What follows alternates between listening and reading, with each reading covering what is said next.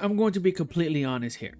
Wild Hearts is what Tokiden 2 should have been. I recently picked up the game and I'm actually enjoying it. Despite the mixed reviews I've seen from Steam, it seems to be suffering from one major flaw: optimization. Even though the reviews are mixed, if you were to take a good look at the reviews, most if not all are saying that it's poorly optimized. And I understand that it's actually poorly optimized on all the platforms, Xbox, PlayStation, and on PC. I do understand why people are actually very angry about it, because people were hype about this game. People do enjoy Monster Hunter like clone games such as these. But it doesn't really help the fact that EA also doesn't want to support it anymore, or it's pulling away from supporting it. And an article from Game Rant assumed that EA is pulling away because of poor sales or the bugs. But that's not why I'm here. Today I'm here to express my thoughts and opinions that I have towards Wild Hearts. So let's begin. The first thing that I do want to talk about is the visuals. This game looks stunning. Even though I'm only in chapter 2, there is a lot to see when it comes to the visuals of Wild Hearts. Whether you're playing from the very beginning and you go into that little tutorial sort of thing, or you're in the forest area or the forest mountain area, and it is amazing. The temple, the little villages that is abandoned, that right there sets the tone for how people migrate to another place for safety. My favorite place right now is the extra island. I think it's called the Spirited Isles, where it's kind of more of Coral Highlands from Monster Hunter World, which Coral Highlands is one of my favorite areas from Monster Hunter World. The monsters there are very horrendous. My favorite monster that I love fighting, but I also get my ass handed to, is basically a chicken. It's literally a chicken that does a flying kick. I'm just gonna repeat that.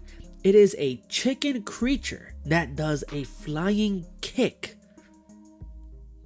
Not to mention the weapons of it are very interesting. We're looking at several weapons here. Of course, it is less than Tokiden 2, way less than Monster Hunter, but is interesting nonetheless. Of course, we get the basic samurai swords, the basic hammer, the basic great sword, but you have the bow, which is of course a given, but you have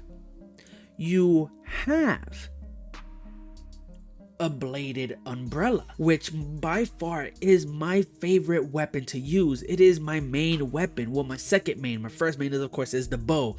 But it is the perfect critical damage sort of weapon that allows it to parry monsters' attacks and then do these crazy combos and deal a insane amount of damage if you know how to time it right. And even though I haven't unlocked the other ones, it is still pretty cool to even experience that or even do that right off the hand. Of course, the game still does multiplayer. From my understanding, it does. It's still crossplay between all platforms, which is something that we should have gotten with Tokiden, honestly. This is something that we should have gotten with Monster Hunter a while ago, but who knows, maybe Monster Hunter Wilds is going to have crossplay, since the trailer shows it's going to be released on all new gen consoles including PCs, so we may have a global release for all platforms. So who knows. I do have a video about that coming soon, about certain things that I want to return for Monster Hunter Wild, so I'm just gonna leave that there.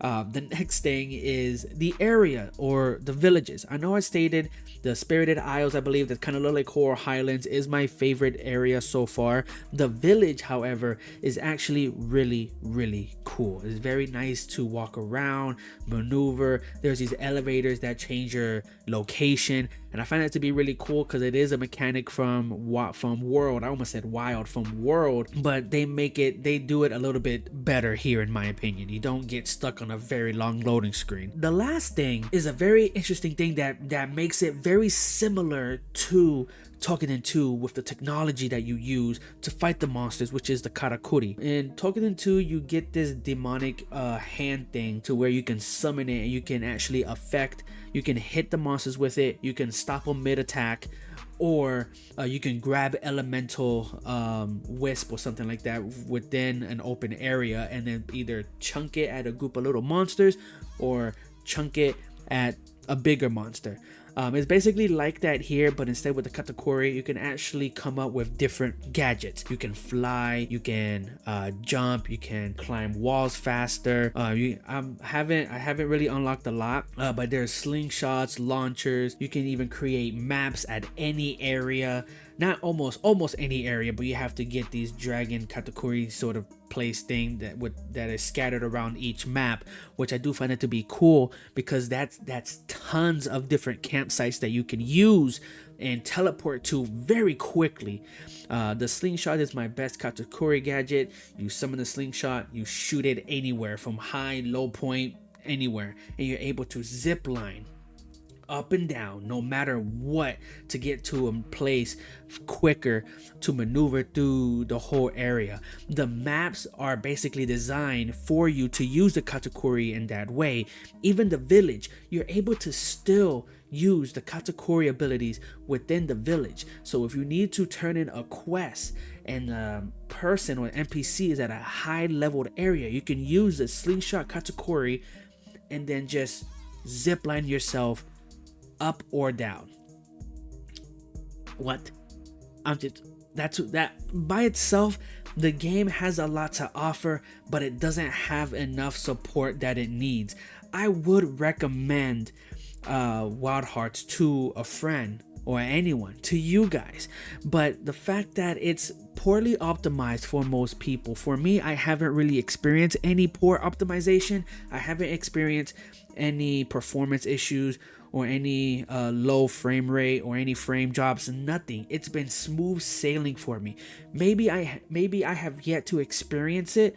Maybe I'm going to later on, but who knows? But so far, I am enjoying the crap thing hell out of Wild Hearts, and I hope you guys will too if you guys give it a shot. If you guys do have Game Pass, I would definitely recommend trying it, because that's what I have. I have PC Game Pass.